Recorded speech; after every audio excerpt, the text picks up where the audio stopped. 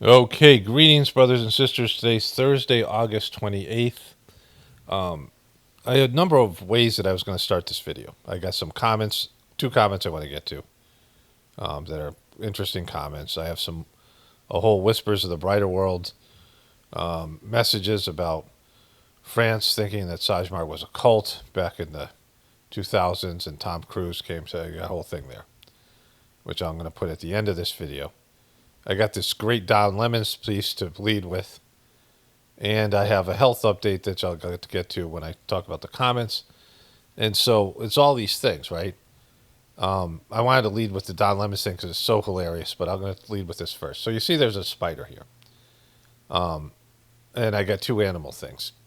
So I noticed, where our front door is, and we have this couch, which is a sectional couch, right? And this is where you can see this spider here. And so there's some shoes and things, and the spider came into the house, and it was big. Like this is, I mean, bigger than a quarter, like a big ass spider. This is one of those web spiders. We see them at the end of the summer.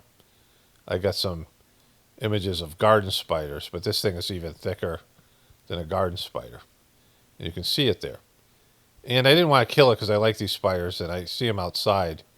And they only weave webs at night. And like I said, these things that come in at the end of the summer, like they're growing all year, and then all of a sudden you see them.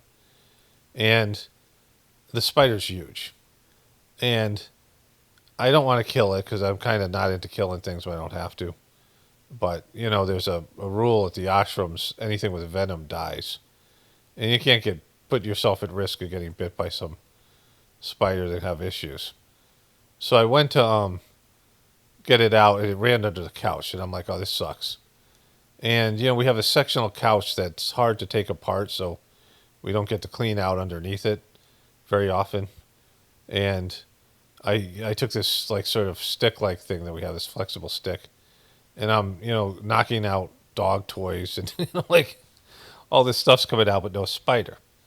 And so then I'm like, that spider is going to fucking crawl up on me. I know it because I've had these kind of experiences before, where you had this opportunity to get something, and and it's then whatever.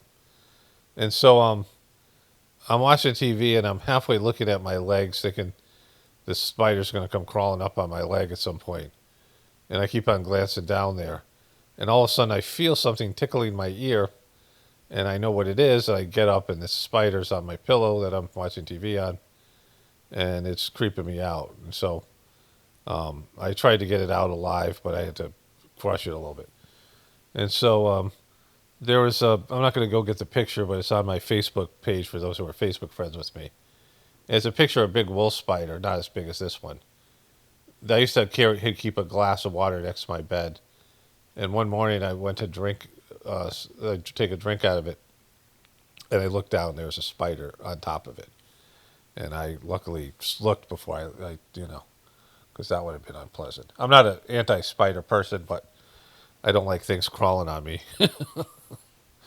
I have sensitive, I'm sensitive to that kind of, whatever it is, delicate, like whatever touch, and it's annoying in general, and then it's just whatever. The other thing is we have a kestrel that killed another one of our chicks. My wife and I were really happy to see the kestrels. Our neighbors both had hayed. They turned grass into hay, bales of hay. And when that happens at the end of the summer, it happens in usually May, and then sometime around August, September, the second cutting it's called. And these kestrels will show up. We had vultures that show up, and a lot of these I forget what they're called. These whatever they are, they're like sort of beach birds. I'll remember their name maybe later, but it's not important. And the kestrels show up, and they're kind of cool because the kestrels can see ultraviolet, like urine streaks. They can see ultraviolet light. The sun hits the urine, and they follow that urine to the mouses, right? They're great. They're little. They're like little falcons. And I seen a kestrel kick barn owls out of a box with a a nest box with a camera in it, and the kestrel kicks them out. And barn owls are like 4 times their size. In the bird world, you can't really count on size. It's like more ferocity. But the kestrels are, cool. We like seeing them. They're little birds of prey. And we have 2 of them. And one of them came into our yard and killed one of our chicks, and then they weren't so cool. so, so that's happening. But anyways, I thought I'd tell the spider story. So let's go with the Don Lemon thing next here. Okay, so there's another thing I want to get to. I have to find out the name of the show. It's a HBO documentary that starts off. It's 2 episodes, and the first one's about Cleveland, and I have some stuff I copied off the TV I want to show you. But this video is about the stupidity of humans and the tendency to go to the lower nature. And nobody represents this better than Don Lemon. So Don Lemon, on Elon Musk, the downfall of mainstream media, mixed signals. And this is the Don Lemon channel, and he's being interviewed by 2 other people. And so Don sits down with Ben Smith, Max Tanney of Mixed Signals to discuss the downfall of mainstream media, Elon Musk, and his relationship with Chris Cuomo. So Don, he went on this other podcast, and he takes their podcast and he puts it up on his show, which he's done a number of times, right? And this is the Don Lemon show, and he's saying Don Lemon on Elon Musk and the mainstream media downfall. Like, he's saying this on his own show, like he's interviewing himself. He did this with Ari Meebler, where he takes their, interview and he posts it up on his thing. And so that's really embarrassing and bad. Like, he just doesn't understand how to do things. He merches up, which of course he always does. He wears his own merch everywhere. And so he doesn't get how fucking like lowbrow that fucking shit is. But the stuff he says in the beginning is like completely classic. Let me show you that. So it starts off with this Don Lemon's bullshit here.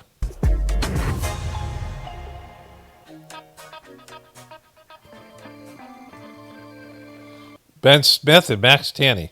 Thanks for joining us, Don. Thanks for having me. Okay, so like this guy smiles, but holy shit, tell Don like he's a piece of shit, right? Thanks for joining us, Don. Lemon Live, Don Lemon, Lemon Live. I mean, Jesus Christ, Lemon. It's like how fucking bad you have to be pitching your merch. Lemon Live with Don Lemon. Thanks for having me. We were just talking before you came on about what a sort of great classic television career you had. Birmingham to St. Louis to Chicago to New York. It's like it's the great 20th century arc of a great television broadcaster. And I guess. Oh my God, right? Are you serious? These guys have to be smarter than Don Lemon. Don Lemon's that guy, and Trump's a little bit like this guy. A little bit. He covers it up a little bit better. But Don Lemon's the kind of guy that you're talking to people in a group or a circle of people. And everyone else kind of gets what you're talking about. And that person says things where they just don't know anything about what's going on. But they talk about it like they do. And everybody's like looking at each other in the group as the guy said stupid shit and just buries himself in this embarrassing hole of ignorance and then walks away, and then everyone's like, oh my God, that fucking guy's clueless, right? That's Don Lemon's. This guy's got to be, I mean, he might be this stupid, but to say he's had this great career. I'm curious at what point you thought, oh, like things are changing so much that I may not end my career this way. Like, when did you start to think maybe I should be doing my own thing, independent? Well, it's interesting that you say that because, my first stop was actually New York City as a production assistant, a news trainee at the Fox station in WMIW. But Kara Swisher reminded me that a year or so before I left CNN, maybe even 2 years before I left CNN, she asked me what was the next thing. And I said, maybe the Don Lemon channel, my own channel and my own network. So I think I started to think about it. That's not the way it happened at all. He fell ass backwards into this thing and still doesn't know what the fuck he's doing. He has no idea. He hasn't watched these other channels. He's got people working with him who, just have to deal with a clueless motherfucker and trying to get him to understand what it's like to have an independent channel. Like he doesn't know. Let's go back a second here, but that's fucking great. Lemon channel, my own channel and my own network. So I think I started to think about it then, but since you bring it up, having had that sort of career where you had to start in, a small market and work your way up and make mistakes, this is pre-internet. I think I had the foresight to know that this is going to end because people had been predicting the demise of cable news and network news for such a long time. And finally, He makes it sound like he knew what's going to happen. Now, so I know at the time, watched the thing happen, right? So Don Lemons was really fucking clueless. And Chris Cuomo's had a bigger audience. Like Chris Cuomo's was CNN's most popular person, which should baffle the mind there. But, I used to have this thing called the douche off where they had this thing called what they called the handoff or the handover, where they would talk to each other. Chris Cuomo's would talk to Don Lemons when Chris Cuomo's show was ending as a way to sort of segue into the show with to transfer one show to the other, right? To segue. And I was watching this documentary of the Dallas Cowboys on Netflix. Very interesting.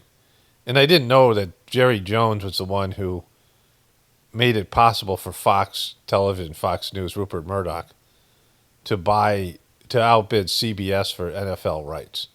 And what was going on was CBS was losing money on the NFL. And they wanted the NFL owners to take less money. They were, longtime partners, and a bunch of the owners were willing to do that because CBS had been, their usual thing. And Jerry Jones, who's, done some stupid shit, which is documented in this, and he's doing stupid shit now with Micah Parsons, one of his star players. He met with Rupert Murdoch, was starting this Fox network back then, right, with The Simpsons, and other things. Rupert Murdoch was doing, Fox News and Fox Television. And he got into the NFL, but they were only in 60% of the country. There was this was before cable. I mean, this is network TV. Cable was just becoming a thing, right? And so Rupert Murdoch saw the benefit of the NFL. And the CBS didn't get it, right? So Jerry Jones had gone to a TV station when he was like a younger person, a local TV station, and they paid a lot of money to get I Love Lucy reruns. And he was asking the people at the TV station why they spent so much money, and they said, because you weren't going to get it back in terms of the amount of revenue you generate from ads. And they said, well, it's a lead-in show, right? If you have the proper lead-in show, people stay and watch your news, because people would have these 3 channels, 4 channels then with Fox. And if you get them to watch something, they're more likely to, we didn't have remote controls and things like this. This is just becoming part of it. You'd just stay with the channel, then you'd watch the 5 o'clock news, and it helps boost all your other ratings. And Jerry Jones saw the NFL as being this, mega, the number one sport and the mega sort of, the whole kind of universe that it's become. And he and Rupert Murdoch and all the other owners wanted to go. Most of the other owners wanted to go with CBS, and so he told Rupert Murdoch to come in with a huge offer. It was like $1.2 billion, which was crazy for back then. And of course, Rupert Murdoch then built that.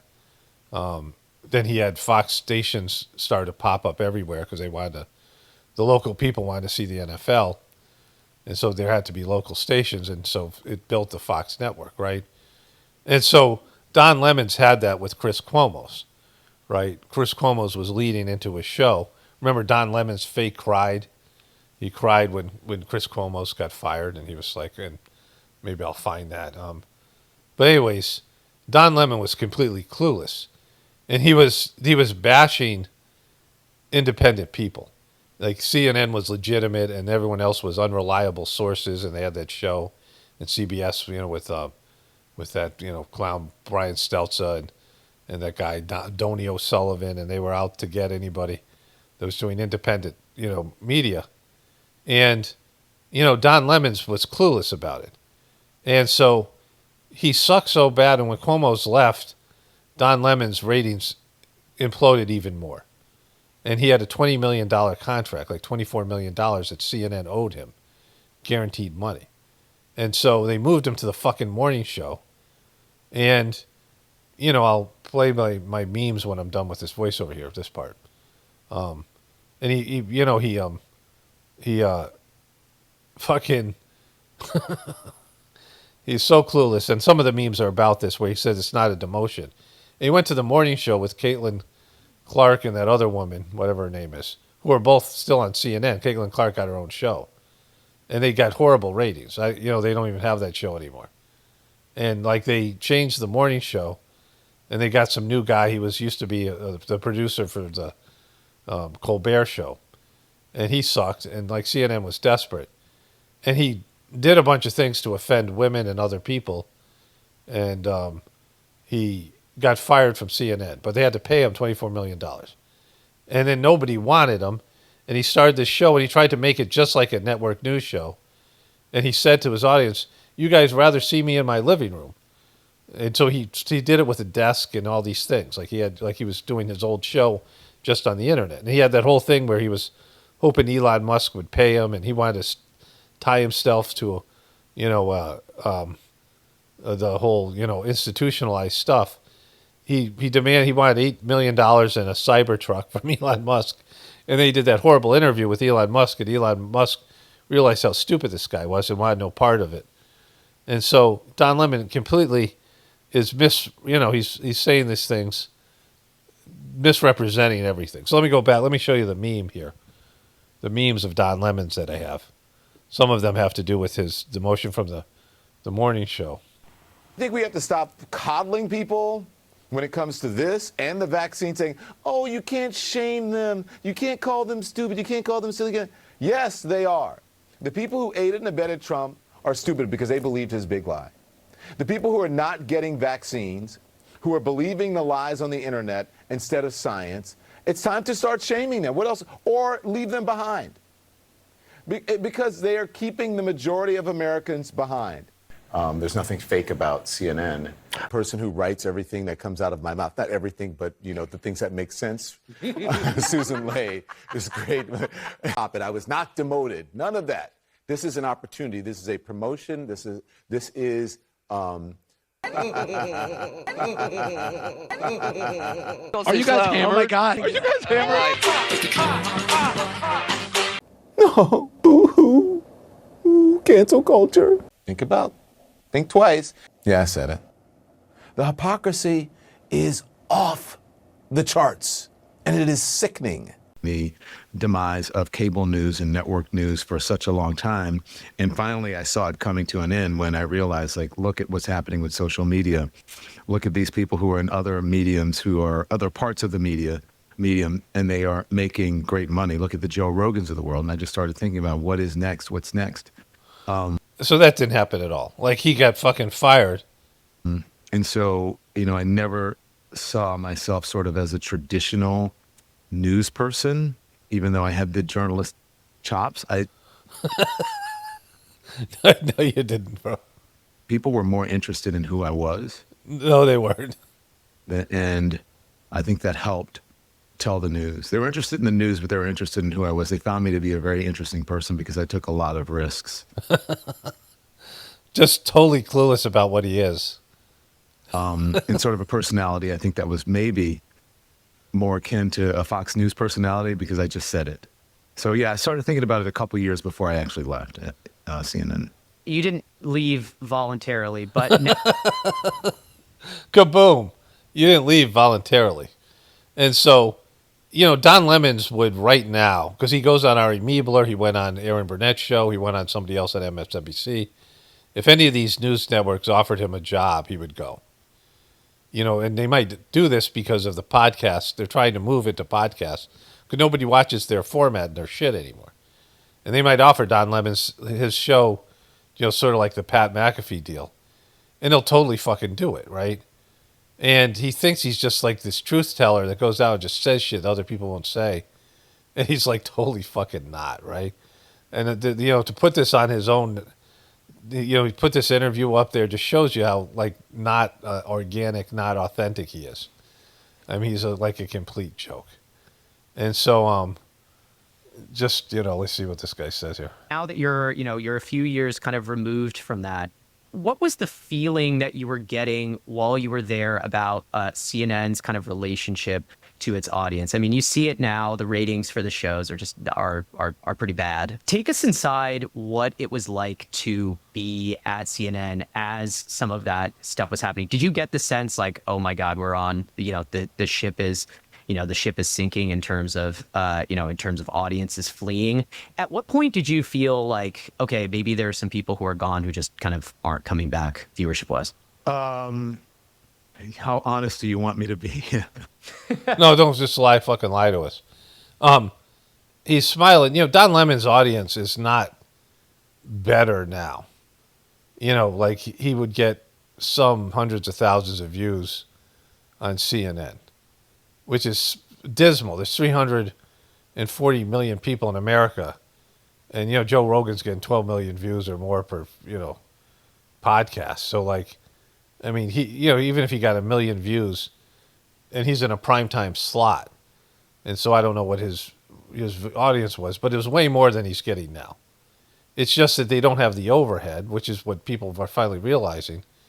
You don't have 7,000 people that work at CNN that have to get paid from your show, and the mainstream, the fact that it's on all these, it's on all these platforms, So it's, I mean, it's it's like a dinosaur, like it's just so inefficient.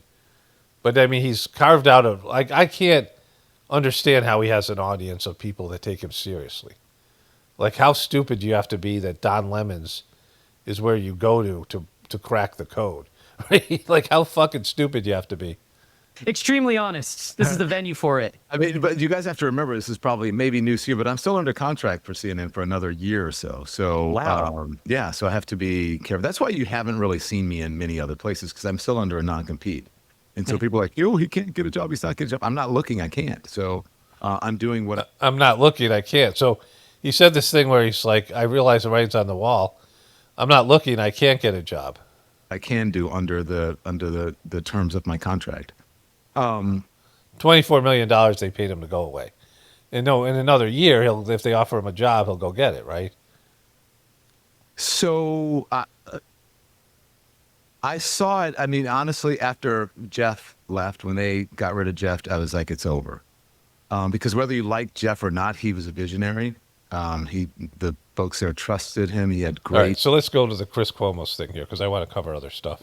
You mentioned Jeff. He, I think your old Jeff Zucker on-air friend Chris Cuomo was quoted recently saying that that Zucker had told him he had to go on your show to mitigate whatever was going to come out of your mouth. You know how that started? The handoff. The handoff started in a bar over drinks with Jeff Zucker telling me you've got to stay over onto his show to kind of help mitigate whatever was going to come out of his face. Yeah. Stop. I believe it.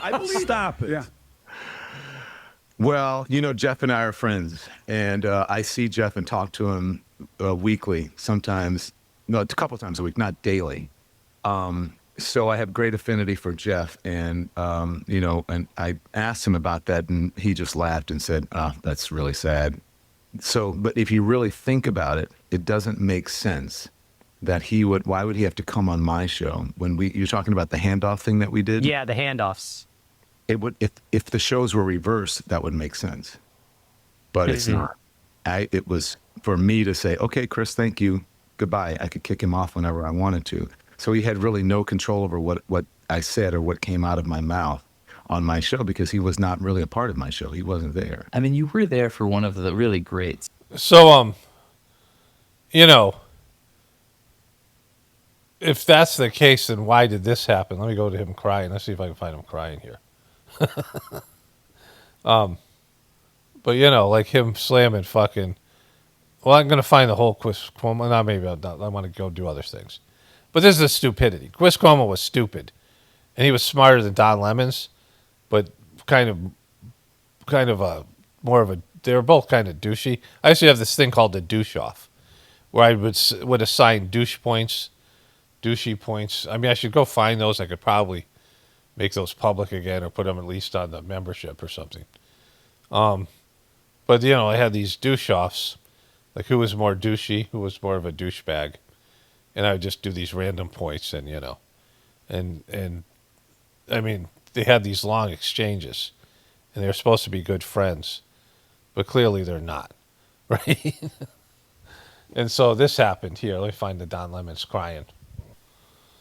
So Chris Cuomo's was in his basement, right? This is his basement, his famous basement. Remember, he left his basement, was outside without a mask, and some fat tire biker came up and he was with his kids and his family, and they were out in public, and he started to say, "Hey, where's your mask?" And Chris Cuomo got all mad at him, and then like whatever, but he was wasn't following the rules. And they came up from his basement, and his wife was like, "Don't mount me," right?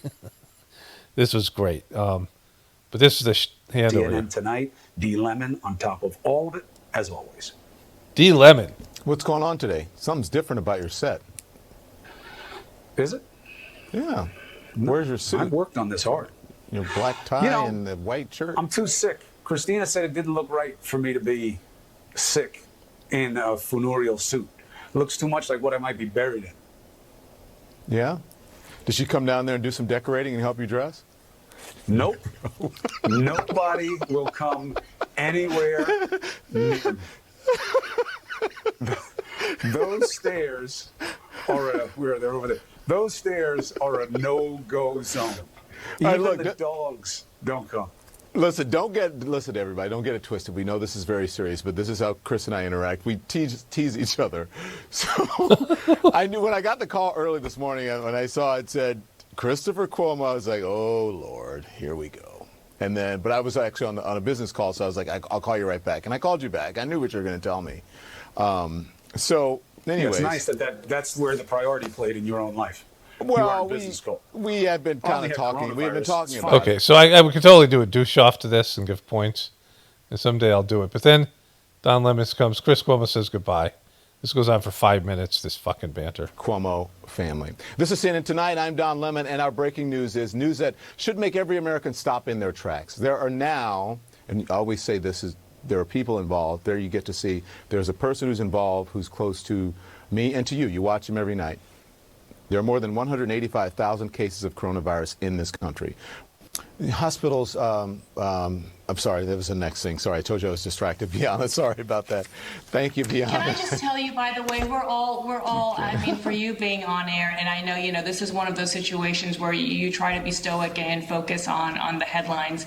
It's tough. So, I also feel for Chris, and I know it's tough for you, and we're all fighting and rooting for him tonight. Well, sorry. I said I wasn't going to do this. Jesus. He's probably sitting at home laughing at me. So here's the thing. No, we all are. That's fucking fake teary up thing. I mean, he tries to be an authentic truth teller, and they hated each other, and they fucking, as soon as Chris Cuomo got fired, they had a falling out, and Chris Cuomo comes out and says, I had to go on his show to fucking handle that motherfucker because no one liked him, and he say stupid shit. And Jeff Zuckerberg signed me to that. I'm sorry. You told me I wasn't going to do this. Sorry. And so then here, there's a few more instances of him crying. Okay, so there wasn't actually any more of Chris Cuomo. Don Lemon's crying like people put videos up of him whining. But there was only on-air cry was about Chris Cuomo, and they weren't even friends. It was fake as fuck. So there's a HBO documentary called The Dark Money Game, and it's about Citizens United Supreme Court decision where they allowed corporations to give as much money as they want to politicians and indirectly in these PACs and then be anonymous. And of course, there was unbelievable corruption. In Ohio, this guy, Householder, received a $60 million bribe from a failed nuclear power plant that got $1 billion in subsidies with this bogus bill, right? And so the taxpayers had to pay $1 billion to this power plant that was like underwater. Was it was losing money. It was inefficient. All these things, and it was a fucked up thing. Real corruption, and one of the guys ended up killing himself. This guy they feature in the beginning of the documentary. It's a well-made documentary. It's 2 hours long. My wife and I watched that. Now we're watching the second episode.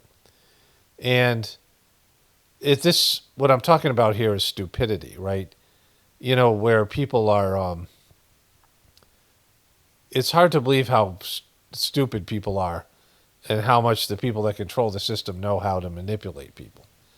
And it's game over because, people are so easily provoked and manipulated in various ways. Even this documentary is a sense of manipulation because it leans to the left. These are all Republican politicians.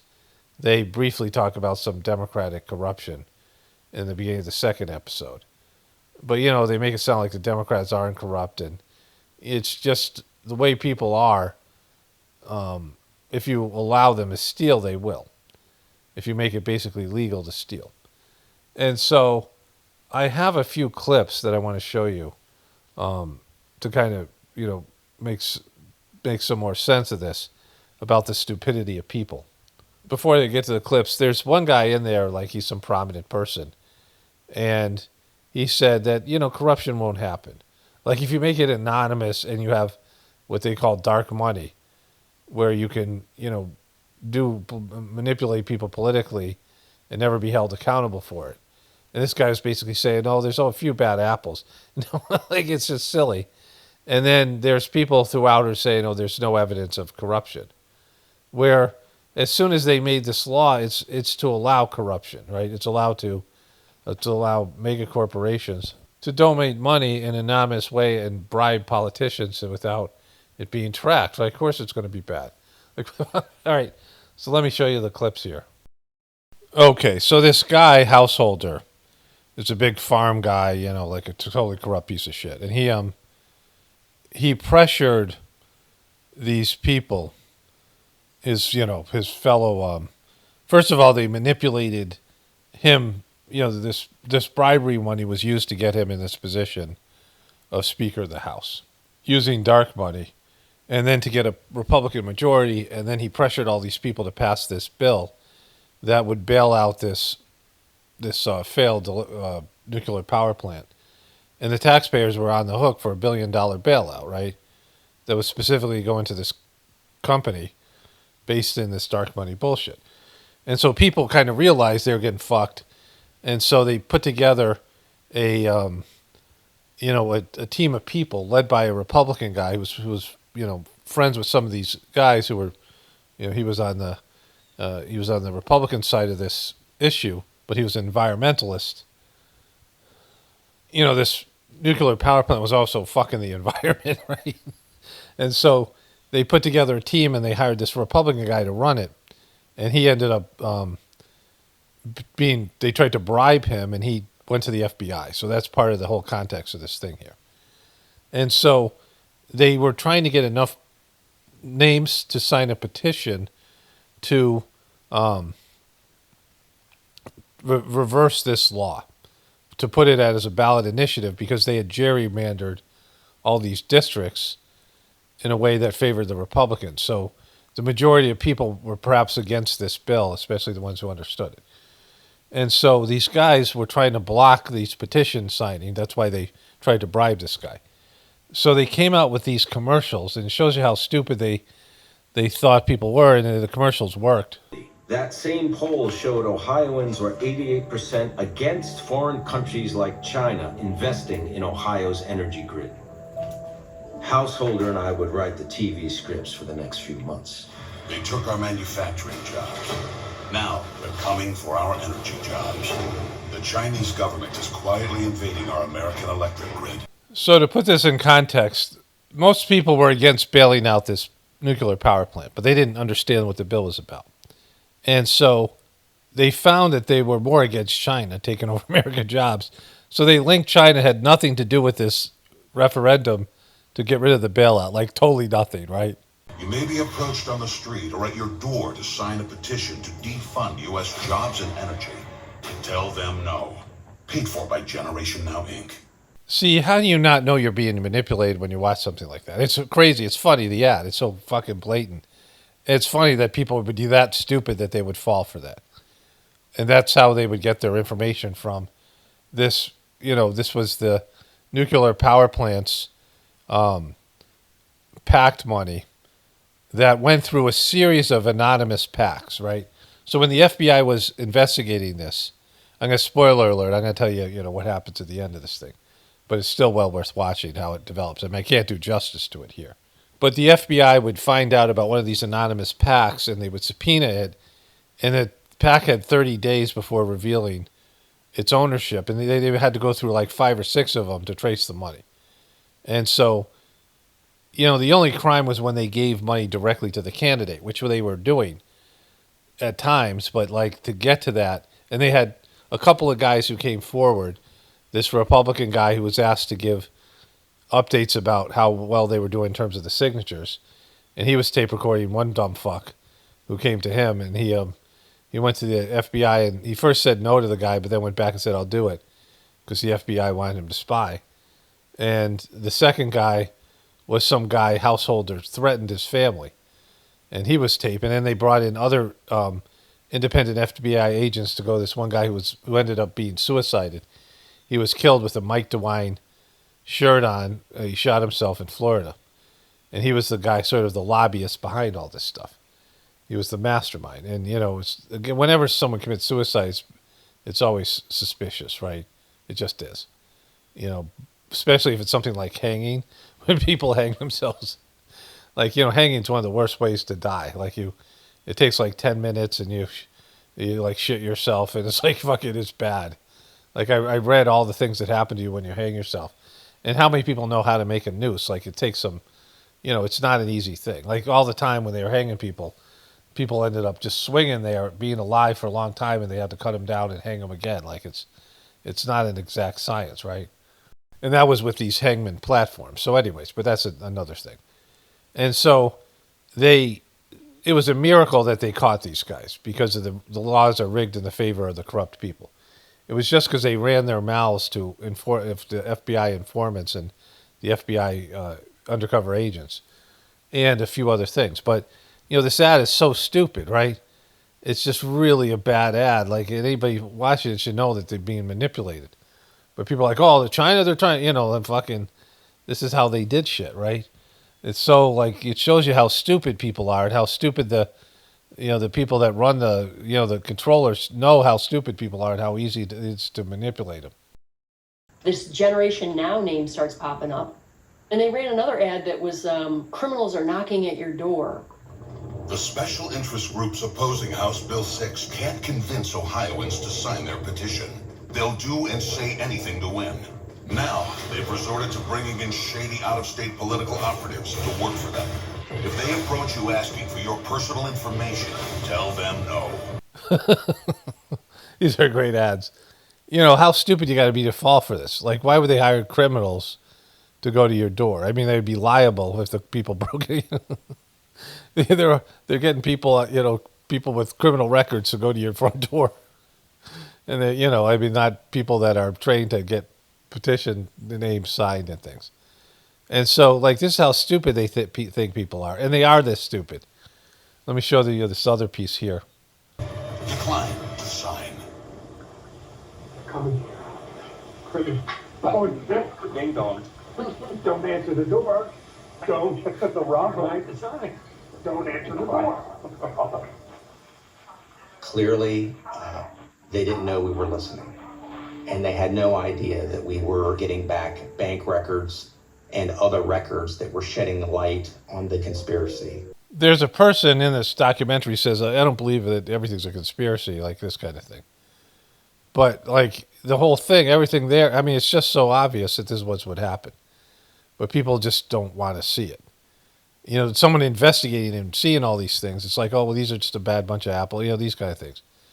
Like they're just they refuse to see that this is how human beings are. And maybe not all of us, but it just takes 10%.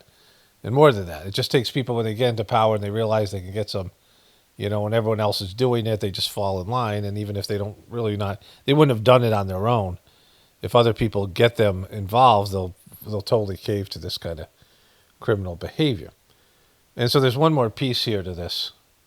Private investigators to follow around signature collectors working for the opposition. They were intimidating them.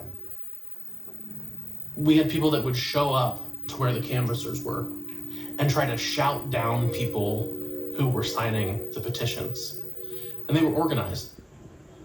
My team would call and say, we're getting absolutely surrounded. So again, I could not do justice to this, but so they end up busting this guy, Householder, and he goes to jail for 20 years. And the guy who tried to bribe his Republican protege who was writing the signatures, he goes to jail for 5 years. They're sentenced to 5 years.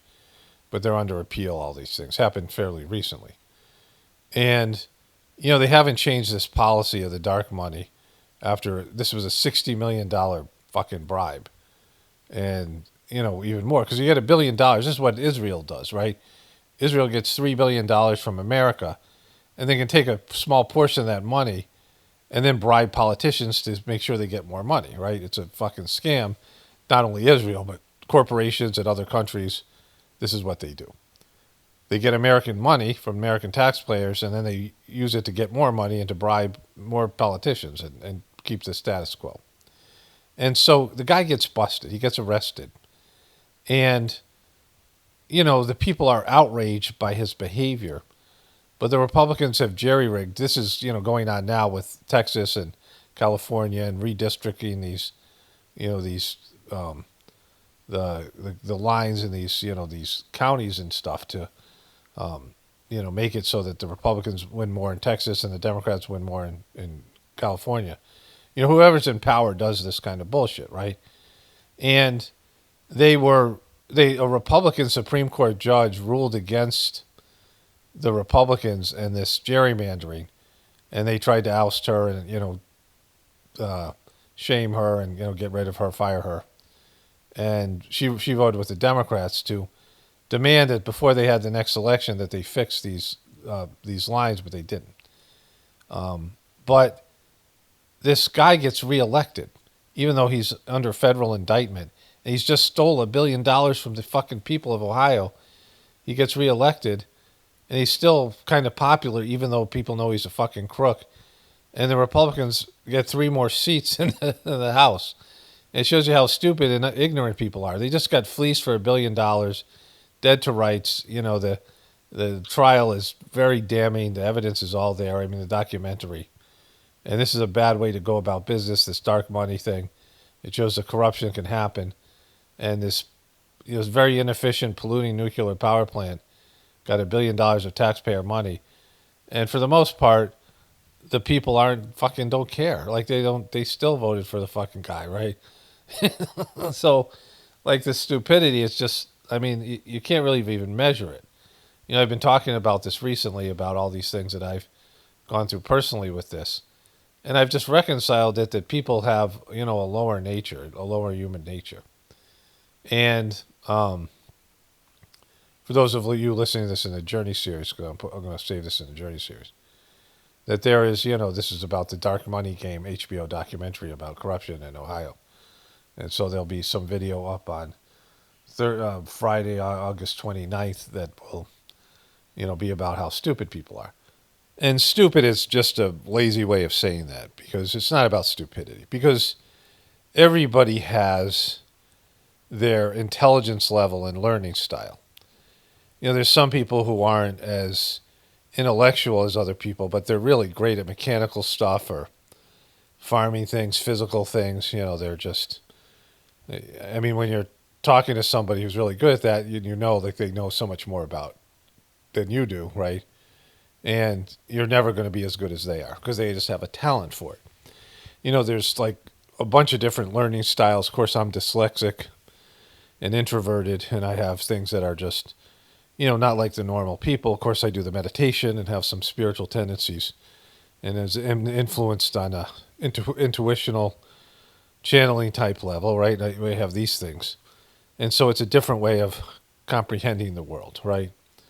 And, I have my own stupidity, the things I've done that's stupid. I have my own tendencies. I used to get restless and frustrated and impatient, and it would force me to make bad decisions. I would go shopping, and I would get overwhelmed by this, the sensory activity in a store, so many different choices, and I don't like to shop, and I don't like to make decisions about that shit. And I usually would just buy something quickly and then have to return it because it wasn't what I wanted, especially if it was like clothes or something like that, right? So, we all have our limitations and our liabilities. We have what we're born with in terms of our intelligence level, and we can hone it. We can exercise our mind and our capacity to understand things. We can do research. We can, ultimately confront the truth about ourselves. Because if you don't confront the truth about yourselves, how are you going to confront it about other people, right? You can't. So, like, you have to, look in the mirror before you can start understanding the truth about other people. You can't just be externalizing your judgment on other people and never confronting your own bullshit, right? So, like, everybody has limitations in those areas, self-imposed limitations. But, you have a higher level and you have a lower level. And there's some whispers of the brighter world messages I'm going to read. I've already read them, so they're coming up. For those watching the Journey, listening to this on the Journey series, it'll be, you've already listened to it. And for those of you on the regular video, you'll hear at the end of this video. But in this Journey series message, these channel messages, Babaji, the second master of the system, talks about how people will take the easy way out. And, that's often the case. People will do what's easiest for them. And when corruption becomes normal and these types of behaviors become normal, people just go the lower route. And people get lazy, and especially now there's also the toxification of people's systems where they're eating such poor food that their liver no longer can handle the toxicity. So they have toxins that are all over, going through pulsating through their bodies and all these things. So, which makes you stupider and angrier, more emotional, and, dulls your senses. I mean, all the things that people do, self-medication and pharmaceutical medications and all these depressant and, negative psychological aspects. You could be a smart person with psychological problems and just make bad decision after bad decision, right? And that you tend to go to your low and human nature because you're struggling just to survive, and you're selfish and you can't think of other people and you're disconnected from God, and you're, so there's a lot of shit going on to degrade people.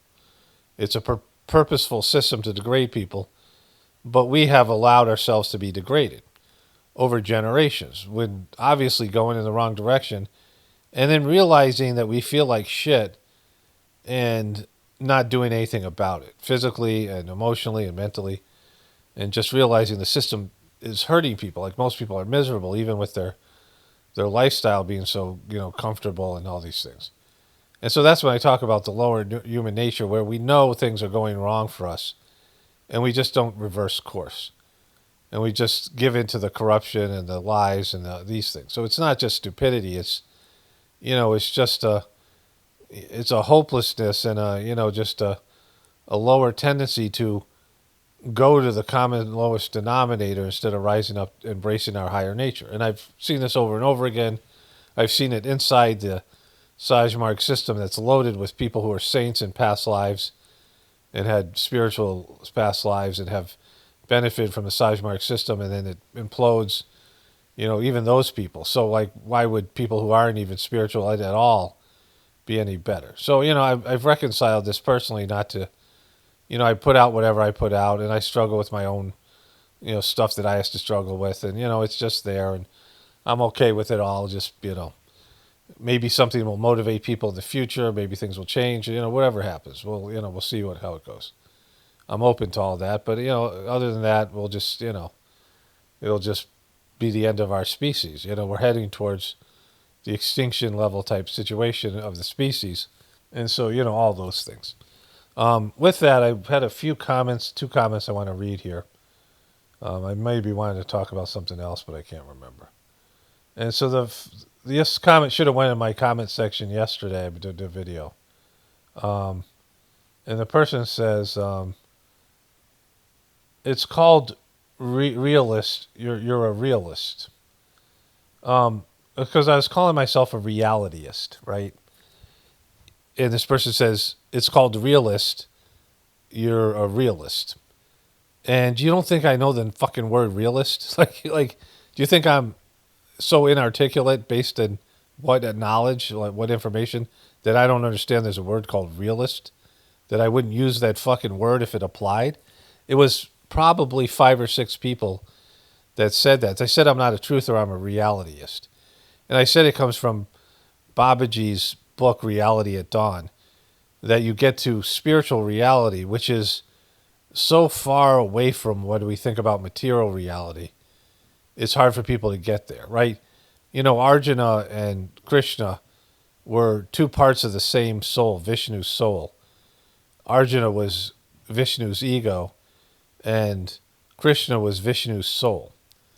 And his soul shows his ego. Arjuna won't fight at the beginning of the Mahabharata because he has to kill all his beloved uncle, who's just like a great person, and his teacher who taught him how to be an archer, who's like his beloved guru, and then family members.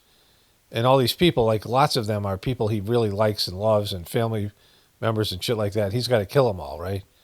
In the Mahabharata, because they're aligned with the dark side because of whatever, bullshit kind of, duty laws. They have dharmic laws. And Arjuna can't fight. So Krishna reveals himself, like all of his past lives and all the things that he's done. This is what the guy talked about Oppenheimer when he detonated the first atomic bomb.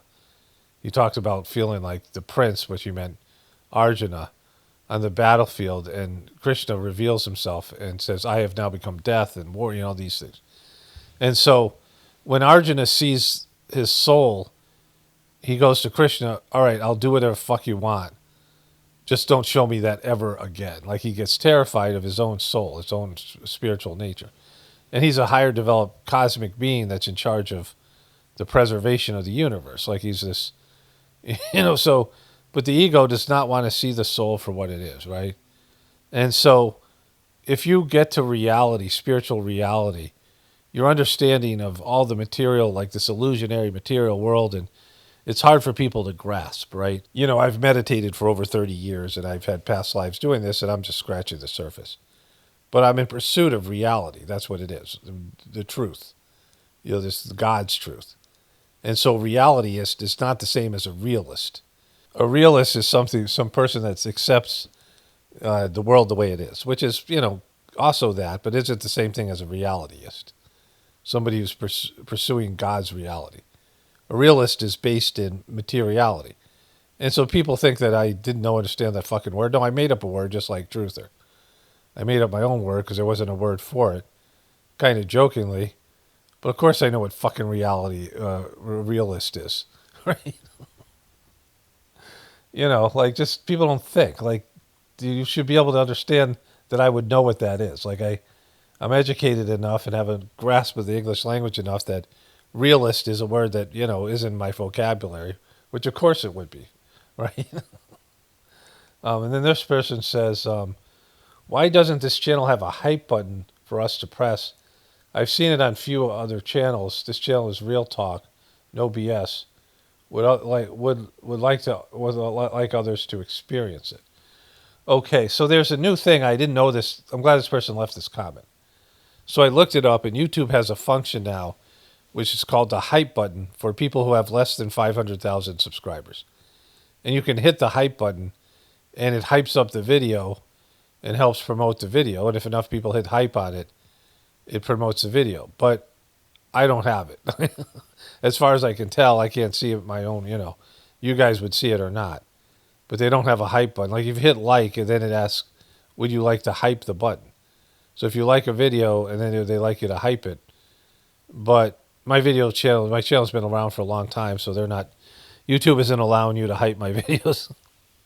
And so with that in mind, let's go to the Whispers of the Brighter World messages here.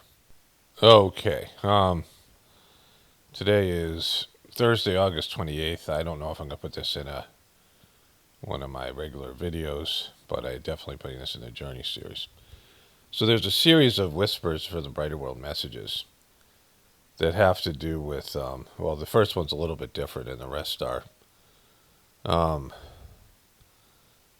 the medium and the messages that I, whatever. I'll, I'll read them and you'll get it. The medium was this older French woman who was someone who was injured as a child and really wasn't able to go outside much physical pain, but she had these thousands of messages, 20,000 channeled messages. So this is Wednesday, July 12th, 2000. Do not be overwhelmed by human misery and the suffering of your fellow beings.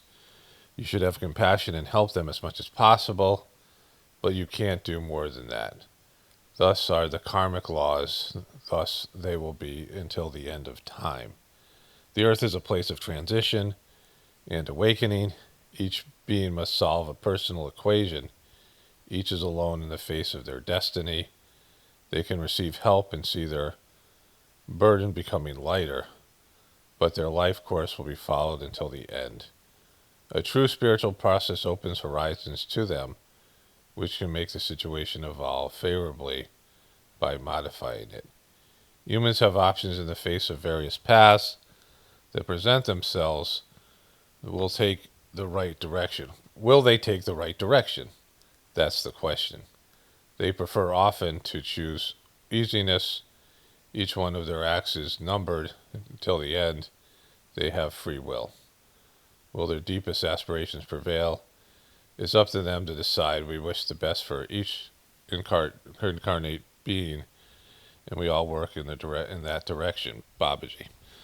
Babaji was a second master of the Sashmark system. I'm definitely going to put this in my regular video at the end because I'm dealing with human stupidity. But where he says this thing that they often prefer to choose easiness, that has to do with stupidity. Like that has to do with the stupid choice, the low choice, the lower vibrational choice, right? Like it's almost like God gives you an easy out, and you have the one that's the choice that there's always one choice that is backed by your soul and God. It's very easy to figure out what that choice is as you start forming a relationship with God. It's just there, and it's hard to navigate because sometimes things open up as a possibility then close back down. But the choice has to be made. Like the choice has to be, acknowledged and made to the best of your ability, right? And then, you can only do what you can do. And so sometimes that choice is something that isn't going to lead to anything. It's just that you have to show that you're willing to do God's will. You're willing to do something that makes you uncomfortable. You're willing to do something that's outside of your comfort zone. And then it's, well, yeah, that's not really a possibility, and, you move on. But the majority of the time, people know what the right choice is, or at least kind of do. And they just choose not to do it. And then you get into the real depraved people who, they're constantly giving out opportunities, but they just won't. They just can't. I mean, they can, but they can't. They can't do the right thing. So let's move on to the next one here. These are more about what I was saying earlier. Thursday, July 20th, 2000. Rest assured about these messages. They are your property and the fruit of our special relationship. So he's talking directly to this French woman, this medium, Madame Lynn. All these years, your gifts and your energy have allowed you to receive me and note them down. They are your property, underlined. Gifts, he underlines your gifts, your energy, and your property. For the remainder of your days, you can use them. That's your right. You have forwarded to my son the ones you deemed would please him. He's a gentleman. He could not proceed in such a way if he wished to pursue his entirety of those in your possession. He would address you directly, formulating his request in a different way. which would mean that his soul would come and intercommune with her and say, this is what I'd like you to do. My dear daughter, don't worry about this issue. The moment has not come for them to be taken off you. Let time do its work and decide the future. The day you meet, you'll be able to address this question and find the answers that common sense will dictate to you both.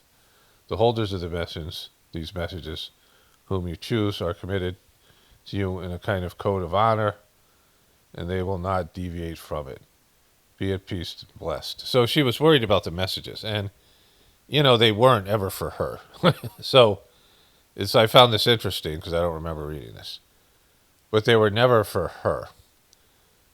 They were for her because many of them are addressed directly to her, and they're about her spiritual work and her spiritual progress. But these books have represented a lot to people who do the method, and would be very important in the future, depending on how this heartfulness debacle plays out. And people who do the Sajmark method, these messages, there's 20,000 of them, and there's things in them. I mean, some of them are prophecies, some of them are explanations of what's going to happen in the world and what's happening now, and there's things like that. And some of them are very much for the future and how things are going to play out in the future. And you can read them on different levels. I went through this crisis, and I couldn't eat. I had to fast. I had a physical crisis and a personal crisis. It was a tough time, right? I was just like really messed up. But I fasted, and I was in a different spiritual state, and I read these messages, and I read them like they were something completely different. Like I went to a different plane of existence when I read them. I talk about that book, Flowers for Algernon, where there's a mentally handicapable guy and a mouse that they were testing, and this guy was like a janitor. And they made a movie of it too. The movie was pretty good. And I liked the book as well. And they had this chemical formula that made this guy the smartest guy in the world. And they made the mouse really smart. The mouse named Algernon. And then, spoiler alert, at some point, the mouse dies, right? And the guy starts getting stupid again. And it's very interesting. And that, I really like this, the concept is kind of interesting. It's like a science, like an old science fiction movie. And, I was feeling that way. I knew that this level that I was on wasn't going to last. But then I talked to this guy. There's a preceptor that some of the people that have heard about Sajmark from me went to this preceptor, like one of the viewers of this channel that found out about it. And he contacted me. We had some conversations, and I talked about that time because I knew he was really into whispers. And he had these groups where they would sit around for 8 hours and read Whispers of the Brighter World, and they would experience the same thing I did. They would start off reading them, and then by the end they were just reading them, and there was like hidden information, and I wouldn't even call it information, there's just all kinds of things in the Whispers of the Brighter World that are that are next level things that you can read the whispers on all these different levels. And and I knew that books were special because there are people who don't like the books, like the guy I called the Dodgy Truther. He thinks they're bullshit. There's all these people. And so, but I had this experience, not just there, I had multiple experiences with Whispers. Whispers of the Brighter World messages are what keyed my, starting this YouTube channel. There's a lot of things in there that I started to check out. And they were truther things, right? The 9/11 message he gives, he talks about wake up if you're not already awakened. And that's something that's said in the truth community. So there's this element of, that Babaji wanted this truth community. Like he has this divine place where he's in charge of the universe now, as a spiritual being. And, this attitude of you guys all have to wake up was, came from that message. And, that back in 2001, which spurred what we now consider the people waking up, right? This whole thing, and understanding the liabilities of our dysfunctional government. And so these messages are so much more beyond her personal relationship. But the fact that he said these are your property was interesting, because they all would eventually be turned over to the mission and published in a series of 6 books. And then there's more that are just out there that are not, in published form, that are in the archives and then are put out in these whispers a day. And then there's maybe some personal messages that almost nobody gets to see, which were, messages for Chargy or whatever they are, which may or may not be put out someday. So I found this message very interesting, because she needed to have possession of them when they were clearly, meant for so much more than that, right? The fact that she wanted control or ownership of this thing was interesting, because it clearly wasn't just for her. Friday, July 21st, 2010 a.m. As regards for what you're waiting for, you should wait 48 hours. Things are not so easy to organize. You are headed towards difficult times on this aspect. What liberties become in France? What have liberties become in France? Question mark. The negative and powerful force, which has been operating for a long time in the shadows, will manifest itself more and more if the French don't react. We have alluded several times to this problem without striking a chord in any of you. It seemed disarray to you all. I'm not sure what that word means. This power, which has done so much harm in the past, can be reborn with all its vigor. To misfortunate of many who don't see the danger coming, who remain skeptical of our words. Let us hope that common sense will prevail, and that this religion, which has done so much harm in the past, will not resurface in all its power and its hatred against what doesn't resemble it. Since you all cannot change the world as quickly as you would wish, take refuge in sadhana. No one can take it away from you, Babaji. So this is a very interesting message, because I have some information about it. So dearest, sorry means ridiculous, small, insignificant, and that the French were blowing this off. So what this was about was, so I found out about this in 2005. This message is from 2000, so I'm pretty sure this is what Babaji is talking about. So they had an anti-cult thing going on in France. France has open borders, and then they had a huge immigration problem with all these people leaving these Muslim countries for, because of the wars and all these things, and going to France, because France allowed immigrants to come in there, and they had a real immigrant problem. And, I was experiencing this because I flew through France. So so this is after 9/11, 2005, my second trip to India. And I got to the airport and was flying out of Washington, D.C., Dulles Airport. And they had security, but it wasn't anything. This is a place where the Pentagon was allegedly bombed from, I believe, that airport. That airport, there was a hijacking. And there were some security upgrades, but nothing. It was not cool. Like, it was definitely worse.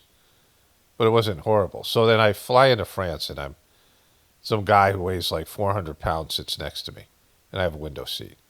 And we take off, and I have to pee, and he goes to sleep. And I would have to, wake him up and crawl over him. He's huge.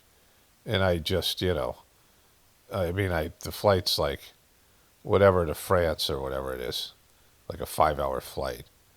And so I, have to go pee pretty badly by the time we land. And we get off the plane and we go to this room.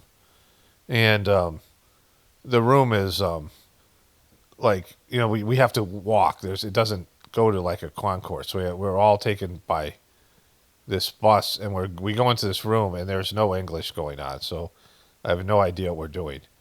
And I'm in this room, like a basement room, with lots of crying babies and, kids acting out. A lot of them wearing head coverings. They're immigrants of some type or another. And it's like a refugee center. And we're just sitting there, and I don't know what's going on. I have a 2-hour layover. and I'm feeling kind of rough because the flight out of, it's like the morning, but I flew, it's just, I left at night. It was a weird thing, right? So, we, I left at like maybe 10 o'clock at night, but now it's morning in France. It's the time zone and the 5 hour flight. And so it's like the whole thing's a weird, my body clocks, whatever it is. And there's these guys out with machine guns, and the guy comes in and starts yelling at everybody in French. And I believe that most of the people that are there don't speak any French. And we go through this heightened security, far worse than Dulles Airport. Like levels of security, we have to keep on going through them. And I'm like, what the fuck's going on? There's French, like, guys in SWAT gear at the airport, like it's just like crazy. And then I'm sitting there going, well, I'll get some like croissant. I'll go get some French kind of breakfast pastry kind of thing, and a chai or something. And I'm thinking about like something like that, and I have to run through the airport. I'm going to miss my flight, and so I don't get to go to the bathroom till I get on the plane, and I'm like what I think is the last passenger, and the plane's like empty, like it's a third full. And I'm sitting there, and there's nobody near me. And so I'm like, well, maybe I'll just get this window seat because I can go take any seat I want later on. I'll just get up, and I can go lay down across 3 seats. It's like, if I'm tired. And this guy comes in, and he sits right next to me. Like I'm in the window seat, and he sits in the middle seat, right? And, like, there's all these empty seats. And I'm like, what the fuck, right? And I had taken a Sizemar book out and put it in that there's that elastic thing on the back of the other seat. And the guy goes, oh, you're going to see Master Georgie. And I'm like, what? And the guy was an Abhyasi. It was the first time he was going to go to India, which, was interesting because, like, he had never, when you first get into India, it's this culture shock. And this guy had, like, severe burns over his body, like he something had some burn accident. Like you couldn't see it, but like we were at this gathering. I walked in the bathroom, and he had these scars, like fucking bad. And he apologized to me, like it was, I was like, I don't care. He told me what happened to him, but he was telling me. This is why I'm telling you this story. He was telling me about, and he was a guy who was French, but he was teaching French in England. And he disliked France a lot, and he preferred England. That in Sizemar, England is considered a very gross place, and like Babaji went there and said it's a very heavy grossness there. And some English person said, "What about France? France, they're so immoral there." And Babaji, it's quite nice there. It's in terms of the spiritual grossness. I've gone to both places, and I didn't like either one. And I found England very heavy. My kids and I had a 1-day layover, and we went to some castle, and I couldn't wait to get out of there. The whole place just was dark and just unpleasant, like just very heavy grossness. And I could see where Babaji was talking about that stuff. But my trip to France was not, I just went to this airport. But this guy tells me the story about how they had this anti-cult thing in France. And Sizemar ended up on the list because some preceptor's husband, some woman, she divorced him because the guy was a piece of shit, and he blamed Sizemar for his wife wanting to divorce him, but he was just a real piece of shit. And he put Sizemar, he got them on this cult list, right? And so this is what Babaji is referencing in the 2000s, that there was this anti-spiritual, anti-religion thing going on there. And a lot of it had to do with all these people coming in from foreign countries with, weird religious beliefs, and they were freaking out, but they have these, they have this fraternité, liberté, this whole thing that they say there. And they just they have open borders, and they were like paying the price. And Tom Cruise, one of the Scientology was put on the list, and Tom Cruise is wildly popular in France. And he came to France, and he got them to to sort of back off this anti-cult thing. Like he, because Scientology was part of it. And somehow Tom Cruise, but anyways, this is what Babaji is referencing, right? That there's this thing going on there. And Dizery, meaning ridiculous and small and inadequate, means that the people there didn't want to listen to him talk about this thing, right? But it's, it was happening. And so then there's these follow-up messages to that. My dear son, this is Sunday, July 23rd, 2000, 8 a.m., so this is all in 2000s. This is the day before Chargie's birthday. My dear son, the mission is making this way in the world. Nothing will stop it. Don't worry, my son. We see it and we need help. We see to it and we help you. As far as France is concerned, we have expressed ourselves on the unfortunate reasons that are slowing down its progression. You may have to cancel some steps of your journey, of which is Ogeron, as that is more particularly under surveillance. Ogeron is an ashram there, and it was across the street from this woman. And she was desperate to meet Charji in person, but she couldn't travel to India because of her physical liabilities. She had, severe back pain and couldn't really leave the house. Sometimes she couldn't even go to the ashram.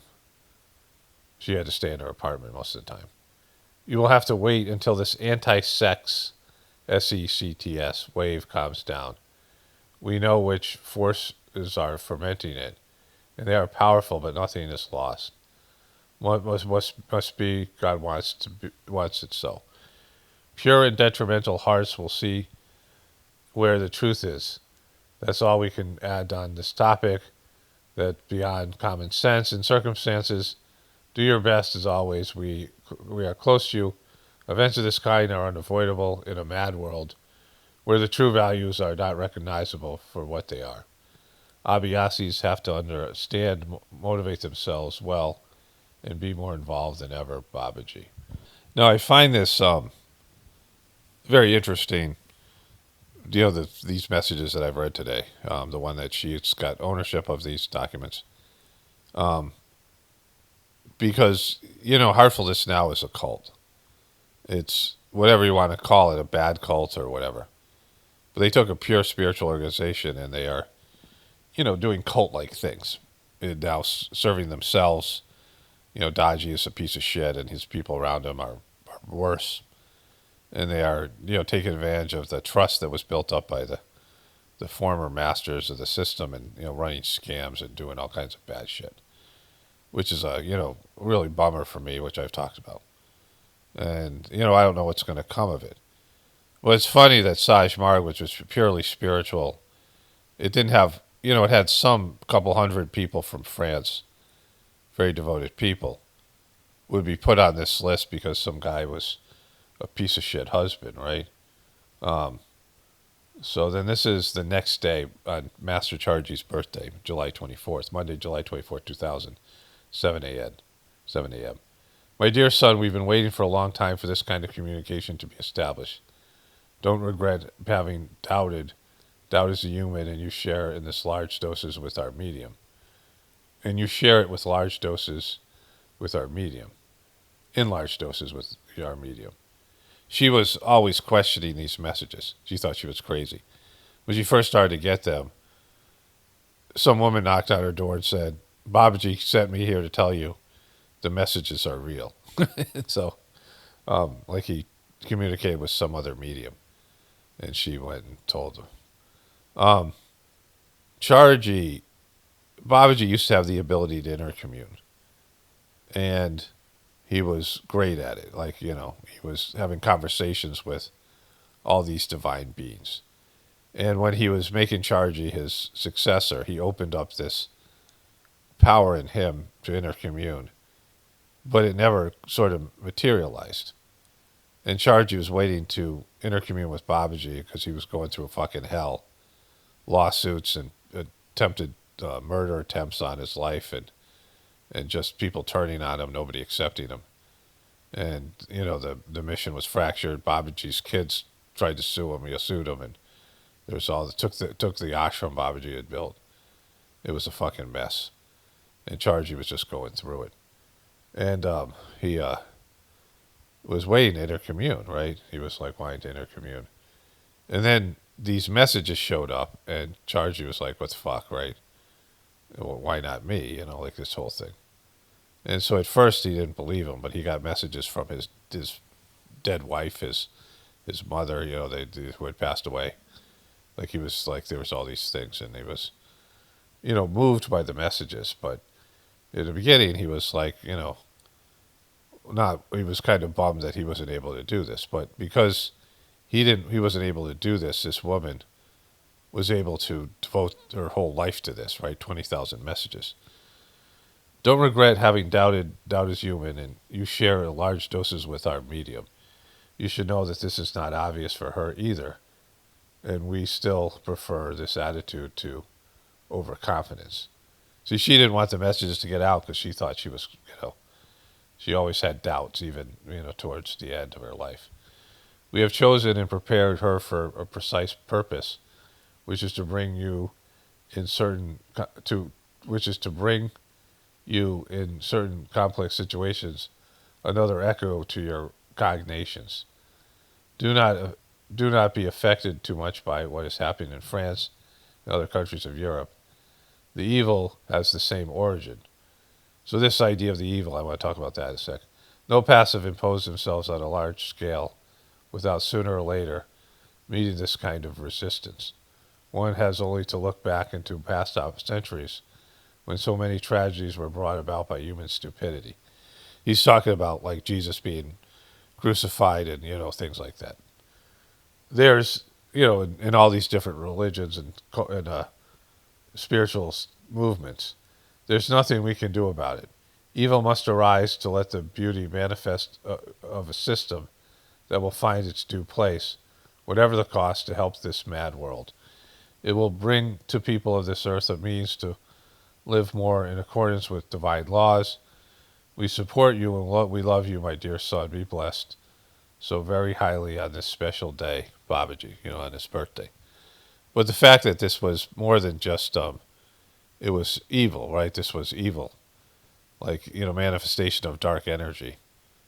That, these things just happen on the regular to spiritual movements, which, then you have the complacency of people and people dumbing down and being stupid about shit, whining the lower. And so, I found all these very interesting. So, here is the next part. Tuesday, July 27th, 2000, 8 a.m., a couple days later. Better days will come for the mission in France. Before that, there will be a difficult period to go through. Abhyasis will have to stick together and rise above their usual disagreements. They were very shitty Abhyasis in France. They were very, all the negative stereotypes about French people and rude. Like, I saw some of the shit and I was like, oh, I've told some of the stories. I was traveling when that guy was, that trip in 2005, where that guy told me he really disliked France, the guy who was burned. We were all at a gathering, some farmland about 5 hours away from the ashram in Chennai, and there was all this drama going on with the Europeans. There's all Europeans and me, and we all grouped together because, we're all basically white or whatever we are. Some people weren't white, but they were, they were all European, and the Europeans were a specific type of people. The Danish people were really nice, but there's drama. Like I only knew some of it. I stayed away from it because I didn't care. And they looked at me like, you shitty American, like there was some kind of prejudice against me for being American. I wasn't really about it. And so we came there on a bus, me and a bunch of like young Danish people. We came there on a train and a bus kind of thing, but bus, maybe a train, I don't know if it was train and then a bus, I don't know. But they had rented a big, like a mini bus, and they told me I could go back with them. And they sat me in front with the bus driver. like purposefully. And I have long legs. I'm tall, but they didn't want me back with. I don't know what it was. Like I didn't care, and they were very rude to the bus driver. Like I went and bought him some drinks, whatever, but I didn't like the way they were treating the guy. And I was like, I almost had I'd apologize, which I was, you're supposed to reflect good on the organization. And, the cleaning part of a gathering should have been over. That if you go through negative emotions. And so I was kind of stunned that they were like being this rude. Like they were really bad behavior. And we get to, there's a restaurant and Chargy was eating up top in this. It was a nice restaurant, like a nice restaurant in India. Like probably like a 4-star, 5-star restaurant. And we were in the lower level. All of us, the Europeans and this stuff. And Chargy was in the upper level eating. And they were overwhelmed by, there was probably 25 European people in this minibus, whatever. And it might have been a couple of buses, I'm not sure. But I was in one of them. And then Chargy was traveling with probably another 30 or 40 people. So 70 people descended into this restaurant. And there was really slow service. And there was language issues, right? And there was this guy, this French guy who was like a gym teacher, who seemed kind of cool. And he was sitting at my table. And there's this guy who was a big guy, like really like 6'5", and like just like a bitch face. Like he was just kind of like just, and I had heard his name before, and he was the guy in charge of Saj Market, the preceptor center in charge of France, right? This guy's like, got a position. He's in charge of all the preceptors and the spiritual stuff there in France. And he walks right up to this guy who was sitting at my table and says, "That's my food," because they both ordered the same thing.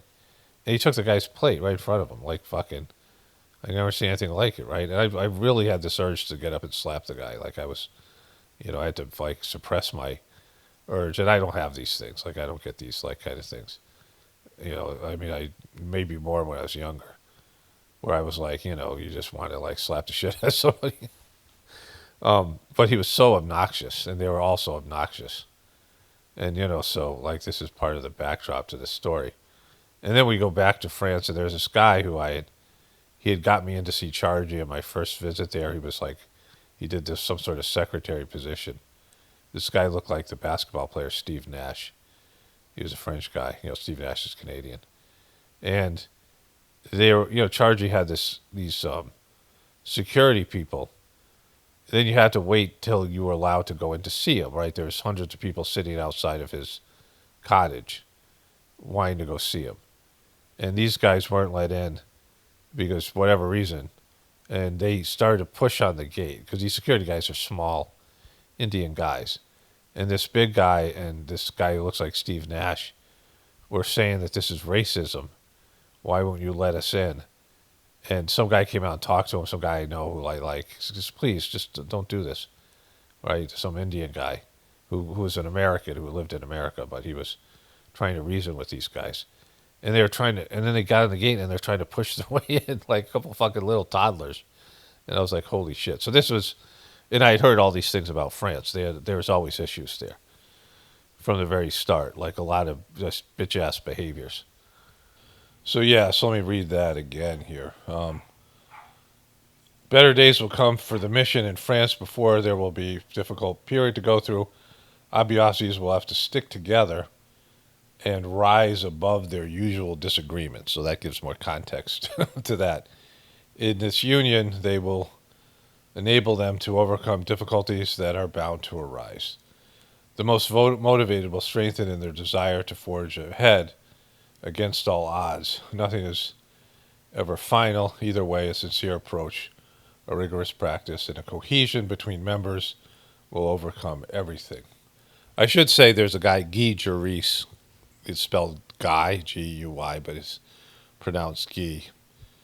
He traveled with Chargy quite a bit, and I really liked Guy. I traveled with him a little bit in my first trip, and then I saw him over times, and he just had nice presence. He made a great Saj Marg video called Heaven. It's on the Saj Marg YouTube channel about going to the ashram. It really captures the essence of going to the ashram. So there was a French preceptor that I went to when I was going through my sort of marital crisis, other things, when I was in India. It was a tough time, and she was great. So I don't want to disparage everyone from France, because there was a number of good Abiyasis, but that there was of course, the other ones. Anyways, get back to it. Don't be sad, my daughter. France will not revert to the regime of Inquisition in all its harshness, as was the case in the past. The French Inquisition. The evil, which is believed to be repressed, sometimes comes back when least expected. Your strength is within you all, this opportunity to work, so that it develops, turning you into lions on the rise. We are by your side in any case. Never doubt it, Babaji. So when they bring out the Inquisition, there's times where, like, there's a darkness that overtakes a country. It's kind of happening in America right now, and people don't see it until it's kind of too late. And then there's the effects of it, and it's like a shadow. So here's another one. There's a whole thread here. Friday, July 28, 2000, 8 a.m. The medium. Babaji, are you satisfied with the last exchange with your son, meaning Charji? A door is opening. It is a beginning. The important thing is that he adheres to these means of communication, not being equipped with your mediumistic faculties and not knowing you. It was more difficult for him to believe. Doubt is almost cleared up. We see how the situation develops. Nothing should be rushed. Charji became really into these messages by, there was a book that came out 5 years later, the first book, and he was really, happy to get these messages after that time. My dear child, the mission will continue on its way, whatever happens.